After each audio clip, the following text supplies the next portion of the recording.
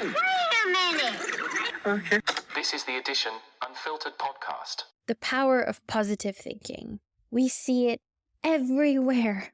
It's on Instagram, on Facebook, on TV, and the books that we read. Basically, we're drowning in affirmations and manifestation and the power of positive thinking. And so then obviously begs the question, if we're drowning in it, why am I adding more water into it and talking about this?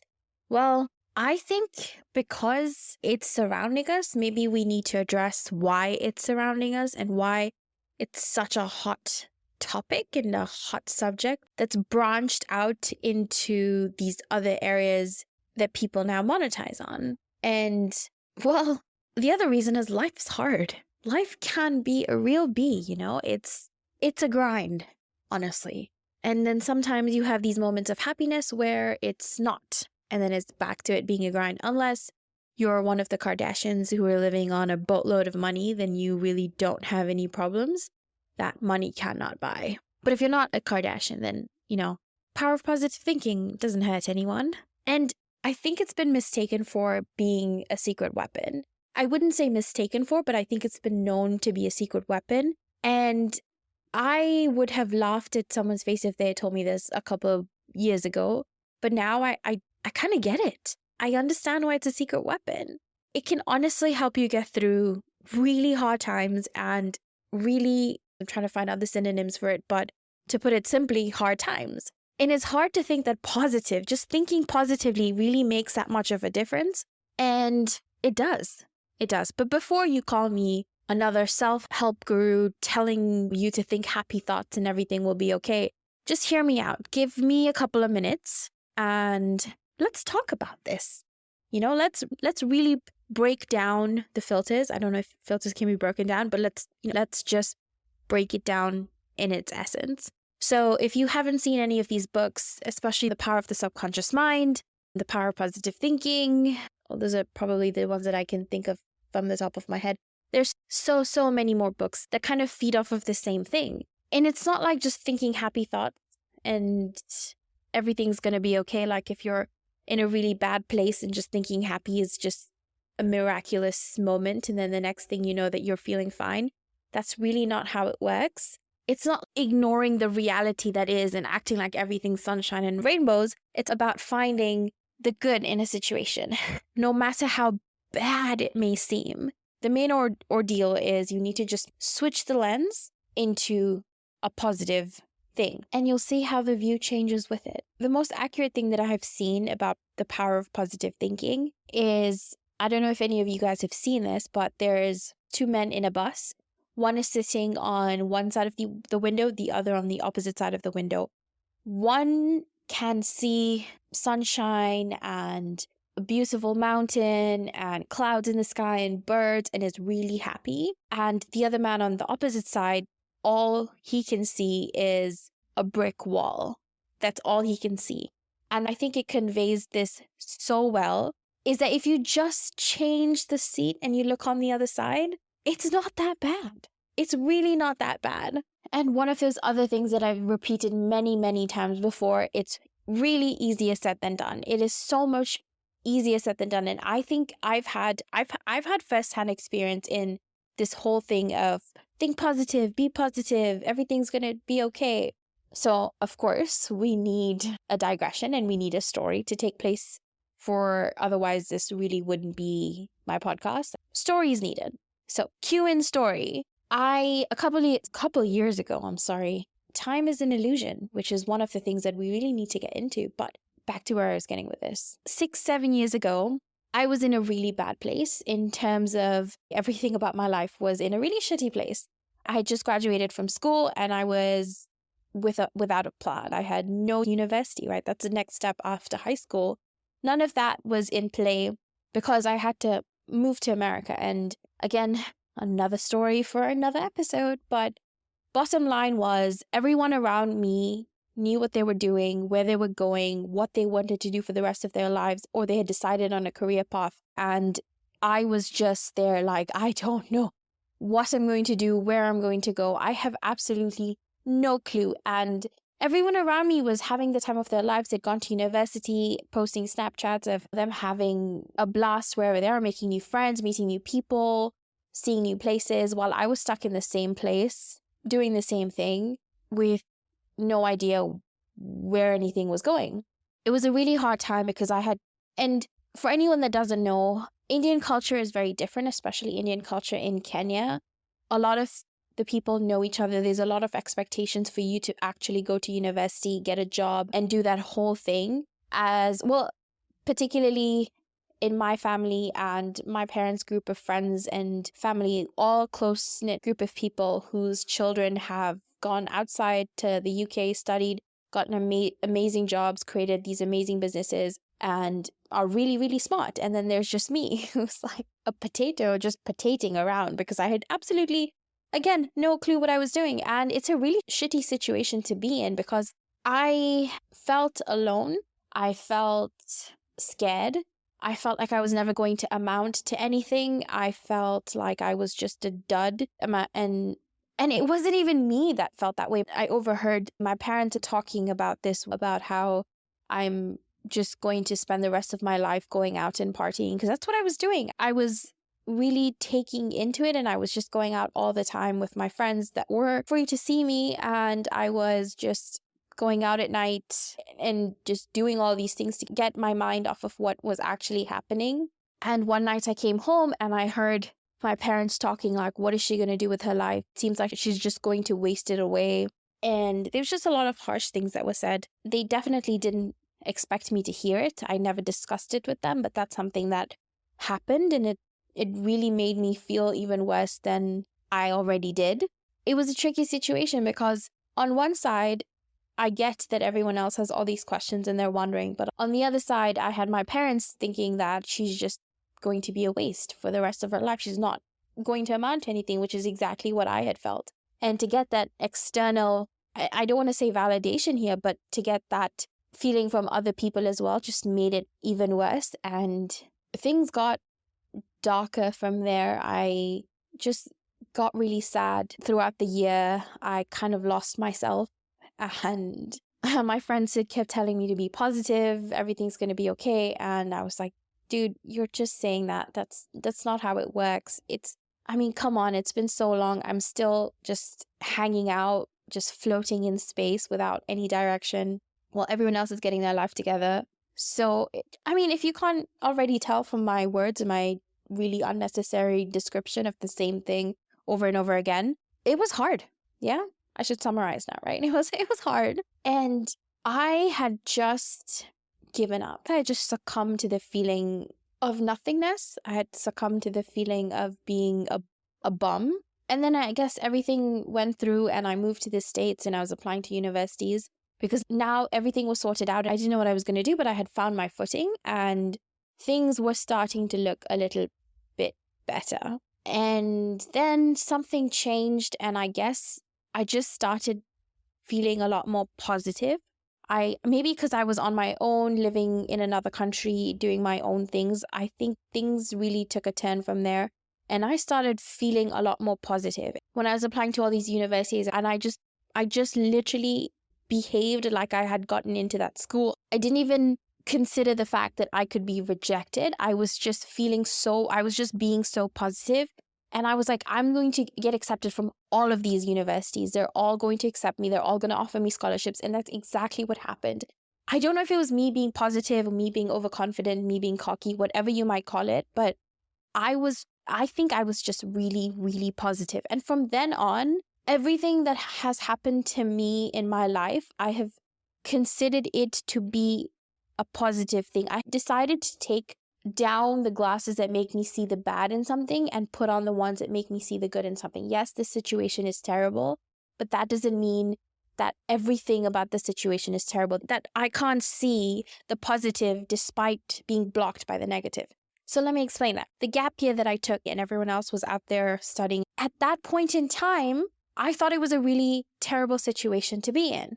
But now that I know what I know, I can see it was the best thing that could have happened to me. I got to spend an extra year and a half with my friends from back home, with my family, with my cousins and my uncles and my grandparents, I got to spend that extra time with them that I would have not gotten if I had left.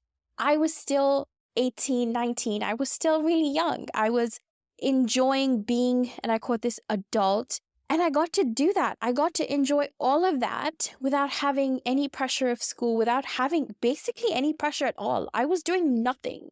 You understand what I mean by I was just potating around? I am not exaggerating, because that's exactly what I was doing. And I got to do that. And I don't think I'll ever get to do that for the rest of my life. There's never going to come a time when I can just, well, I mean, yeah, obviously there is going to come a time when I earn enough money to do whatever the hell I want to do. But until that time comes, there are a lot of responsibilities that come into play. And so that time and that precious period of my life is never going to come back. But you see, the thing is, at that point in time, I couldn't see it as anything but a bad thing. But now I can see it was the best thing. Like, that break set my life up exactly the way it was supposed to go. So that's what I mean. Sometimes all you need is a change in perspective. You need to shift your way of thinking into a more positive one. And you can never know whether a situation is a good situation or a bad situation until after, right? You can never know that. Let's say you're getting ready to go to work. I don't know why I keep using work as an example, but let's just say you're getting ready to go to work and you get in your car and you start it and it doesn't start. And you do whatever you have to do and it doesn't start. And you call your mechanic and the mechanic's like, it's going to take me a while to get to you, so you're going to have to wait. So you get inside the house and you call your work and say, I can't make it today. And the next thing you know, there's a vicious snowstorm and whoever was out on the road got stuck in the road. Now, at that moment when your car didn't start, you thought you were in a really bad situation and, damn, this just had to happen today. But 3 hours later, you were really glad that your car stopped working because otherwise you would have been stuck in the snowstorm. So you can never really know whether a situation is bad or good for you. You just never know. So when you already have the thoughts and the ideas that whatever the situation is, it's a positive thing, it's a good thing, then regardless of the outcome of the situation or regardless of what happens later on, that feeling is not going to change. You're just going to be affirmed by it.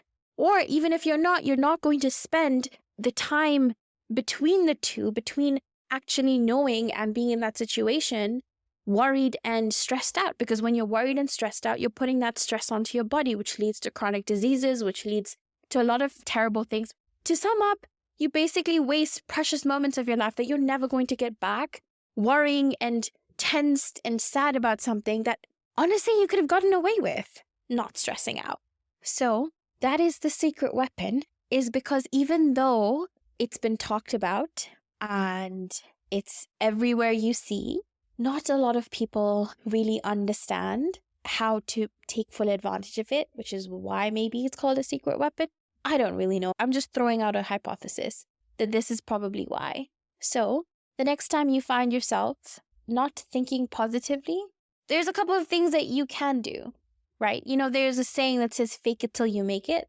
So just keep thinking positive things, and sooner or later that's all your mind will be, just positive things. Because if you look for positive things, if you look for good things, and that good things is all you're going to see. But if you look for bad things and you look for sad things and you look for terrible things, and that's all you're going to see. That's what I mean by shift in perspective, shift in thinking. I heard this example being used, obviously, somewhere on social media.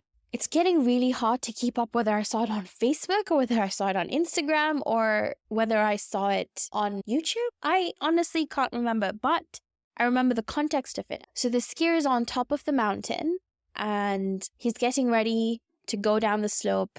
Professional skier is getting ready to go down the slope. This is what will happen if he tells his brain, don't hit a tree. Now, our brains, from what I've been told and what I've seen and what I've truly experienced, cannot comprehend negative stuff. So when you tell it not to do it, it's going to do it. So when that skier will go down the slope, all he will see is trees, because he's saying, don't hit a tree, don't hit a tree, don't hit a tree. And so his mind is just focusing on tree, tree, tree. And so all he sees are trees. So he's going to hit the tree because he's not looking at the wide path that there is. He's concentrating on something that he should not do. and then boom, he hits the tree. But if he goes down the slope thinking about how he's going to make it down the slope and how he's going to maneuver his way and snake his way through the gaps in the whatever it is that skiers look for and do, then that's exactly what he's going to do. So you see what I mean by when I say this is just think positive. Just think positive.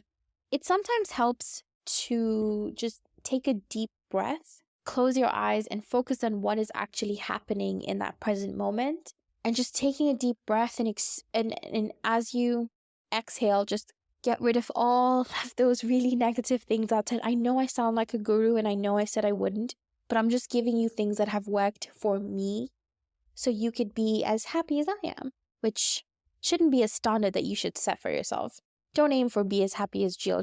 I know you have probably seen this on social media. Journaling can be a game changer. It turns messy thoughts into clear interpretations. It can help you understand that you're feeling sad or that you're feeling negative, and then you can figure out a way to step out of that. And the next thing that you can do is write down a gratitude list, especially if you're really not a positive thinker and your mind overthinks and goes to places that you don't want it to go. Then just writing down a list of things that you're grateful for, a list of things that make you happy every day, and do this every morning when you wake up. There's the reason these things are really, really out there is because these strategies really do work. And honestly, it can be like really stupid things, like the way the sun rays falls onto the sofa. That makes me happy. I know it's a weird thing, but looking at it, it just makes me happy. Or, a good cup of coffee or a good cup of chai in the morning. The bottom line is focusing on what you have rather than what you don't have. And that can really help shift your perspective to a more positive one. Another concrete strategy that I found is really helpful is surrounding yourself with positive people. People that lift you up. They just instantly make you, as soon as you see them, just instantly make your heart happy. They make you smile. Instead of the ones that tear you down, that you feel this like negative energy coming off of from, that basically tear you down. So go to those people that uplift you, because they're actually going to be the ones that help you stay positive. Even on the toughest day that you have, I would suggest go turn to those people. And finally, and I think this is probably one thing that has worked wonders. One thing that I see an instant shift in the way that I feel is taking care of myself. After I've had an argument and I feel really bad and I feel negative and I feel sad, and my positive thoughts are just not as magnified or as strong as I'd want them to be, I will do something that makes me happy, that a little treat for myself to take care of myself. I will go for a walk or take a hot shower, or cold shower if that relaxes you too. I will watch an episode of a show that makes me laugh, or go work out, or just go sit under the sun and soak in the sun. Anything that when you're doing makes you feel good. And whatever it is that helps you feel good, do it. Because when you're already feeling good, it's so much easier to stay positive. It's so much easier to magnify those positive thoughts and have them be louder than the negative ones than it is to be in a negative state and try and think positive thoughts. Because you're already feeling bad. And when you're doing things that make you feel happy, it's a lot easier to stay positive.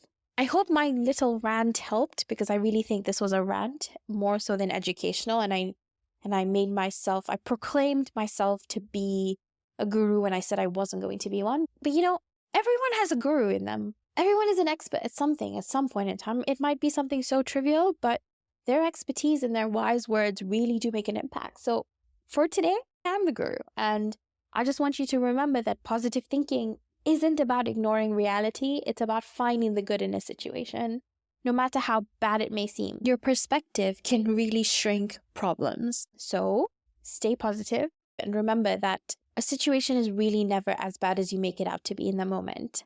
And you never know. Just like me, you might be fogged by what you see now and what you feel now, as opposed to what you will feel and see 15 minutes later. Because you might never know what you're feeling bad about now might just be the best thing that could have ever happened to you. So just stay sunny side up. And with that, Guru Jeel signs off.